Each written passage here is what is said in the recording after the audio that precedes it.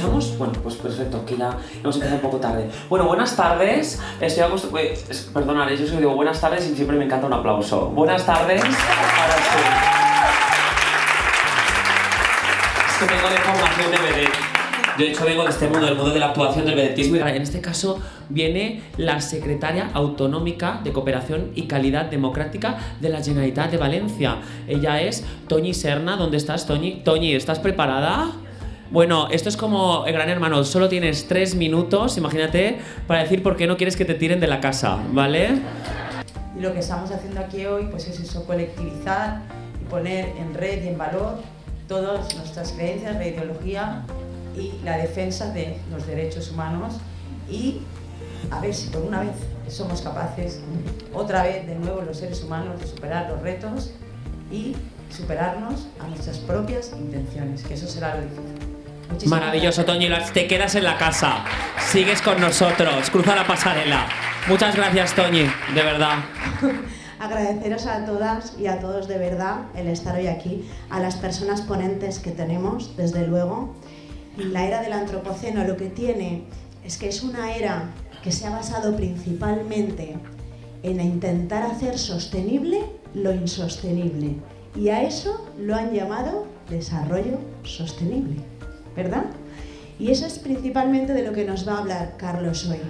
Y esto determina y tiene mucho que ver con esos cambios y todas esas intervenciones que tenemos entre manos y que vamos a comentar hoy rápidamente, estructurales, mundiales, en el antropoceno, y de ahí identificar algunas manifestaciones de impacto en nuestras intervenciones y sobre todo quiero lanzar un mensaje positivo y un mensaje que os va a llamar la atención sobre cómo muchos de estos desafíos que tenemos entre manos impactan en la cooperación descentralizada y estamos haciendo cosas muy importantes que seguro que desconocéis, ¿no?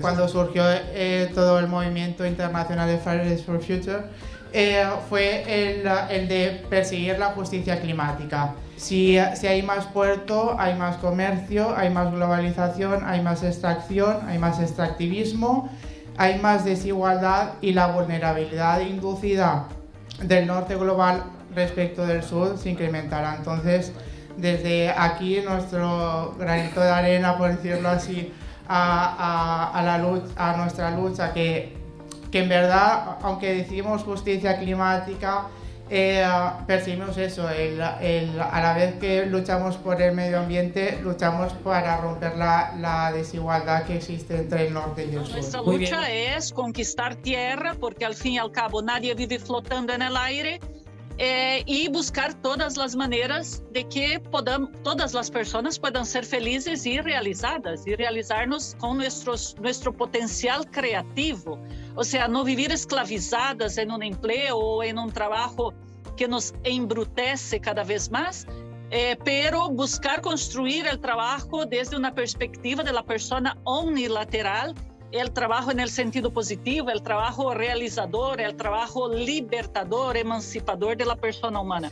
Porque de todo lo que se ha hablado, de todo, hay una relación muy importante. La raíz del capitalismo es el colonialismo sostenido por más 500 años que se cierne sobre nuestros cuerpos, sobre el cuerpo de las personas migrantes y racializadas.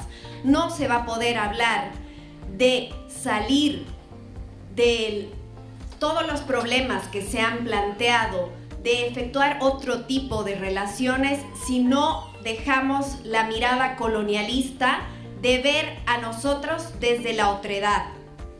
Consideramos que esta lucha es importante, ya que los jóvenes no somos la generación perdida, sino agentes de cambio y el futuro de nuestra sociedad.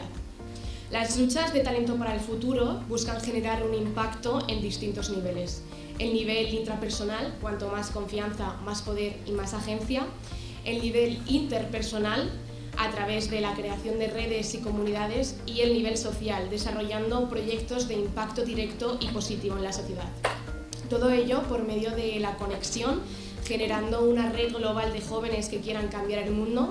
La formación, muy importante, generando conocimiento útil, proporcionando recursos, educación y contenidos para convertir a los jóvenes en agentes de cambio. Pero seguimos apostando y siempre ha sido el fuerte de Jovesolidez el tema de la educación. La educación es el eje transformador de nuestra sociedad, la que nos permite seguir avanzando y teniendo esas historias de vida positivas, testimonios positivos, que son los que nos permiten hoy seguir en esa lucha y en esa línea a través de la cooperación. Las Dignas somos una organización feminista y por lo tanto la definición de mi lucha y de la lucha de la organización a la que represento son los feminismos. Los feminismos como una propuesta filosófica, ideológica, ética y crítica para la erradicación del orden patriarcal, capitalista, heterosexista y los cisgéneros como el género únicamente válido, ¿no?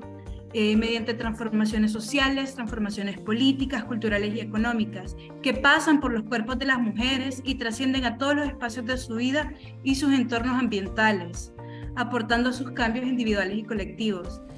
En este sentido, mi lucha se junta a las producciones de personas migrantes y racializadas quienes nos hemos organizado desde el 2019 en la colectiva Resistencia Migrante, ahora Resistencia Migrante Disidente, que somos activistas migrantes racializadas de las disidencias afectivos sexuales, quienes estamos produciendo conocimiento, sabiduría, símbolos, lenguajes, erótica y política juntes. Desde Collaures defendemos un modelo agrario que defienda la agroecología, y la agroecología no la voy a explicar, pero tiene en cuenta todas estas problemáticas de las que estamos hablando, y la soberanía alimentaria. Y esas dos palabras creo que justamente cohesionan muchas de las cosas que estamos hablando aquí, porque la agroecología pone todos esos valores en el centro de una práctica que es producir alimentos, que es básico y fundamental para todas y todos nosotros.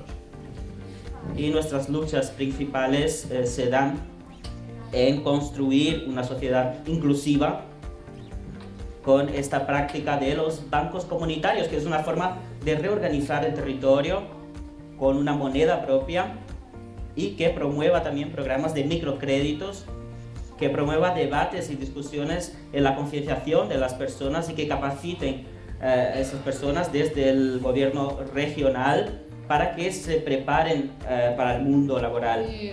Una cosa que resume muy bien todas las intervenciones que habéis hecho es que se conjugan en plural, ¿no? Hablábamos de feminismos, hablábamos de luchas, y es que al final, si nos damos cuenta, todas están atravesadas por los mismos problemas, las mismas necesidades y en muchos casos soluciones que pueden construirse de manera conjunta.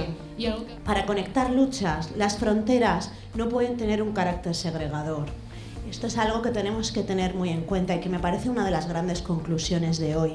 Que además, para conectar luchas no pueden existir desequilibrios de responsabilidades, como nos comentaba el compañero. ¿Cuánto tenemos que aprender las unas de las otras, verdad?